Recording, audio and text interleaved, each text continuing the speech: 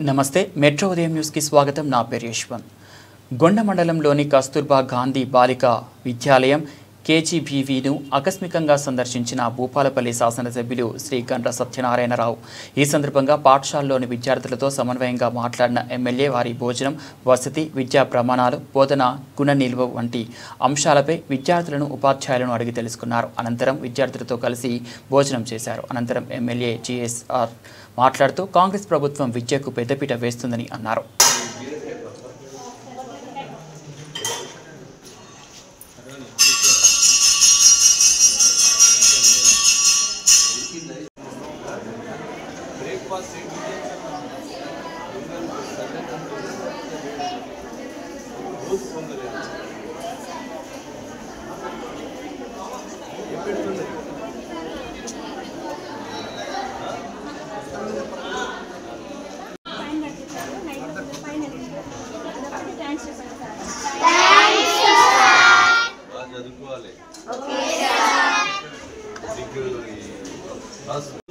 పిల్లల మీద గత 10 సంవత్సరాలు ఈ రాష్ట్రాన్ని విధ్వంసం చేసి 8 లక్షల కోట్ల అప్పు చేయడమే కాకుండా వాళ్ళు ఈరోజు కాళేశ్వరం ప్రాజెక్టు మీద కానీ, మిషన్ భగీరథ మీద కానీ, ఛత్తీస్గఢ్ నుంచి కరెంటు కొనుగోలు విషయంలో కానీ వేలాది కోట్ల రూపాయల అవినీతి చేసి వాళ్ళ కడుపులు నింపుకొని దొంగ అని అరిచినట్టుగా బజార్ల పడి ఈరోజు మరి మీరు హాస్టళ్ళు విజిట్ చేయడం, పిల్లలకు ఏదో మరి ఫుడ్ పాయిజన్ అవుతుందని చెప్పడం విడ్డూరంగా ఉంది.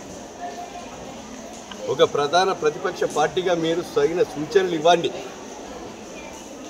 ఇక్కడ డైనింగ్ హాల్ విషయం కానీ, ఇంకా డోర్స్, విండోస్ ఏమన్నా పాడైపోయినా క్లాస్ రూమ్లలో విద్యార్థుల కోరిక మేరకు అడిషనల్గా ఫ్యాన్లు పెట్టడం, దోమలు విండోస్ కూడా ఇంకా బ్యాలెన్స్ ఉంటే అవి కూడా ఏర్పాటు చేయడం, ఇవన్నీ కూడా 13 లక్షలు ఇచ్చాం.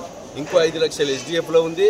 ఇంకా తక్కువ పడితే కూడా నా కోటాలు, నా నిధి నుంచి కూడా ఈ హాస్టల్కు తగులని డబ్బులు కూడా ఇవ్వడం జరుగుతుందని సందర్భంగా నేను తెలియజేస్తూ, ఈ ఇచ్చినటువంటి నిధులను వెంటనే ఒడగొట్టి సరైన సమయంలో లైటింగ్ కూడా, సెంట్రల్ లైటింగ్ పోల్ కూడా కావాలని అడిగారు. ఆ లైటింగ్ కూడా పూర్తి చేయాలి. మరి 2 నెలల్లో ఆ బిల్డింగ్, కొత్త బిల్డింగు ఏదైతే పడుకోవటానికి మంచాలు మేము ఇప్పించుదామని అనుకున్నా, మాకు ఈ క్లాస్ రూమ్లలో పడుకోవడానికి ఇబ్బంది అవుతుంది అంటున్నారు. ఆ బిల్డింగ్ కూడా పూర్తి చేసి, పూర్తి కాగానే ఇక్కడ 80 మంచాలు ఇంటూ 3 240 పడుకునే విధంగా బెడ్స్ను కూడా ఏర్పాటు చేస్తాం.